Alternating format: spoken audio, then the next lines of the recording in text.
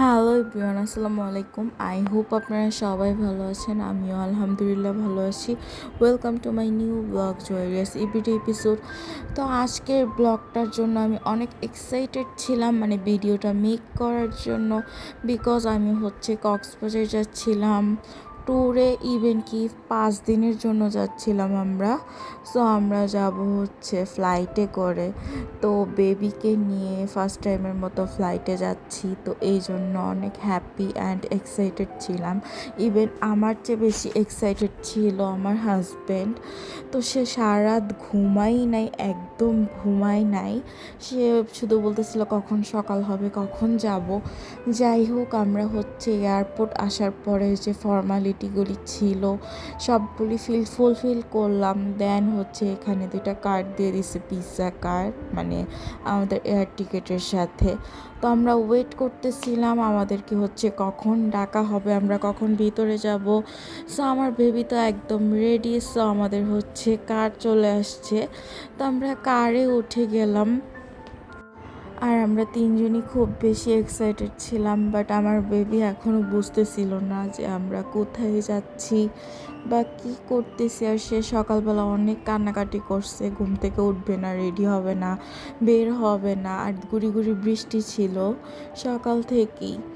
যাই হোক, তো আমরা যখন কার করে যাচ্ছিলাম, সে বড় বড় প্লেন দেখতেছিল। দেখে তো সে একদম হ্যাপি হয়ে গেছিলো, তার মাথা পুরো নষ্ট হয়ে গেছিলো এত প্লেন দেখে। মানে সে এমনিও গাড়ির প্রতি, প্লেনের প্রতি অনেক বেশি দুর্বল।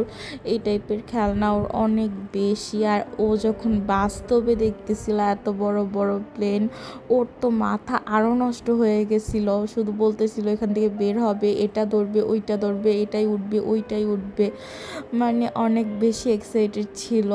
আমি তো শুধু ভিডিওর ধান্দায় ছিলাম, শুধু ভিডিওই করতেছিলাম আর অনেক বেশি এনজয় করতেছিলাম। তো এই তো আমার জামাই একটা ভিডিও ঠিকঠাক মতো করতে পারে না, তারে দিলে সে সব উল্টাপাল্টা গোলমাল পাকায় ফেলে। আর আমি দেখেন তাদের সবগুলি মেমোরি কি সুন্দর করে ভিডিও করে রাখতেছি। আমি অ্যাকচুয়ালি মেমোরি কালেক্ট করতে খুব লাইক করি। বিশেষ করে আমার এই মোমেন্টটা সবসময় থাকবে না আমার সাথে, কিন্তু এই তো এই মেমোরিটা কালেক্ট করতেছি, এই মেমোরিটা কিন্তু থাকবে। যাই হোক, এখন আমরা চলে আসলাম আমাদের প্লেনের এখানে। সো এসে আমরা উঠে নিলাম, আর আমাদের সিটটাও খুব সুন্দর জায়গায় পড়ছে। তো তারপর ওঠার পরে একটু নার্ভাস ছিলাম, কারণ আমি ফার্স্ট টাইমের মতো ফ্লাইট করতেছি, আর আমার বেবি যেহেতু সাথে আছে।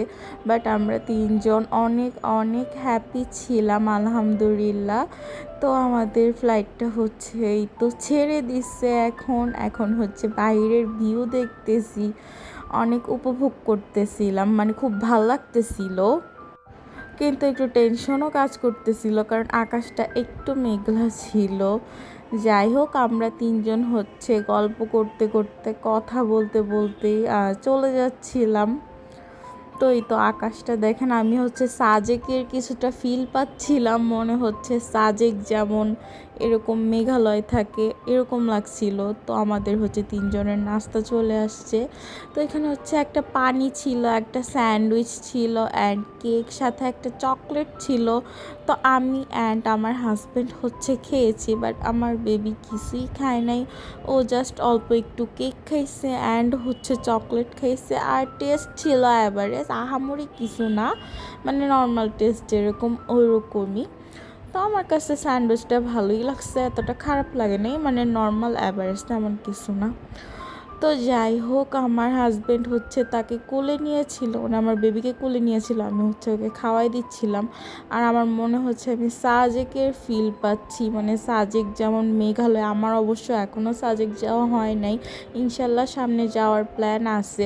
আর আমি আমার বেবির হাতটা নিয়ে, মানে আমাদের 3জনের হাতের একটা ভিডিও ছবি নিতে চাইছিলাম, বাট আমার বেবিটা এতই ক্র্যাঙ্কি হয়ে আছে, ও কোনোভাবেই হাত দিবে না। ও ছবি ভিডিও কিছু করবে না, ওর বাবার কোলে উঠে বসে থাকবে, ওই পাশে আসবেও না।